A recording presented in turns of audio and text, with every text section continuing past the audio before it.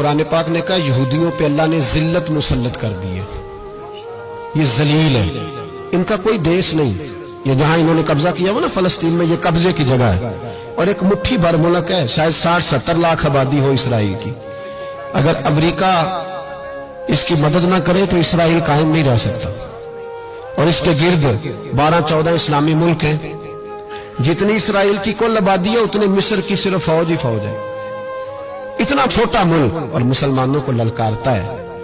مجبوری یہ ہے کہ ہم جب امریکہ کے بارے میں بات کرتے تھے تو لوگ کہتے تھے مولانا وہ جو آپ کی گاڑی کا ٹائر پنکچر ہوا ہے وہ بھی امریکہ نے کرایا ہے، مذاق کرتے تھے۔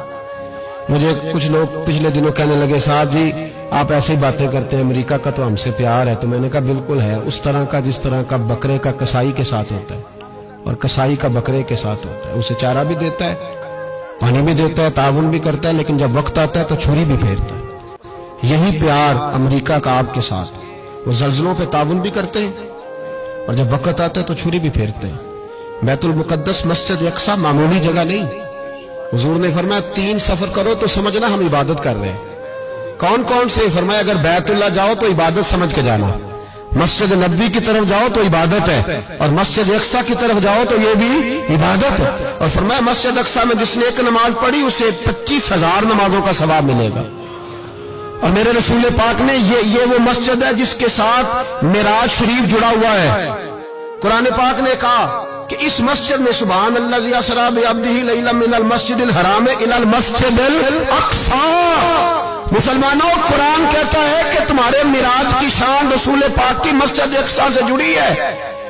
جس محبوب کو رب معراج کرائے تو مسجد اقصی میں لا کے کرائے، وہ جگہ معمولی جگہ ہے مسجد اقصی۔ نبی پاک نے وہاں نبیوں کی امامت کرائی، 17 مہینے اس مسجد کی طرف منہ کر کے تیرے اور میرے رسول نے نمازیں پڑھی۔ چھوٹی جگہ ہے اور پوری دنیا کا مسلمان اسے چاہیے شرم سے گڑ جائے۔ ایک امریکہ کا صدر بول کے کہتا ہے کہ اسرائیل کو اجازت ہے اسے دارالحکومت بنائے، اور مسلمان حکمران بیان دے رہے ہیں ظالموں لٹیرو، تم اپنی سیاستیں چمکانے کے لیے پہلے ایک دوسرے کو گالیاں دیتے ہو پھر اکٹھے بیٹھ جاتے ہو نمبرنگ کرنے کے لیے، تم دین کے اس مسئلے میں سارے اکٹھے کیوں نہیں بیٹھے؟ پھر میرا سلوٹ ہے ترکی کے صدر کو، پھر میرا سلوٹ ہے ترکی کے صدر کو۔ اس نے بہت عرصہ پہلے کہا تھا مسجد اقصی میری خواب میں آئی تھی اور رو کے کہتی تھی آئے مجھے کوئی صلاح الدین ایوبی کا ماننے والا، کوئی آئے مجھے بچائے، کہتے میری خواب میں آئی تھی اور روتی تھی، کہتی تھی کوئی آئے۔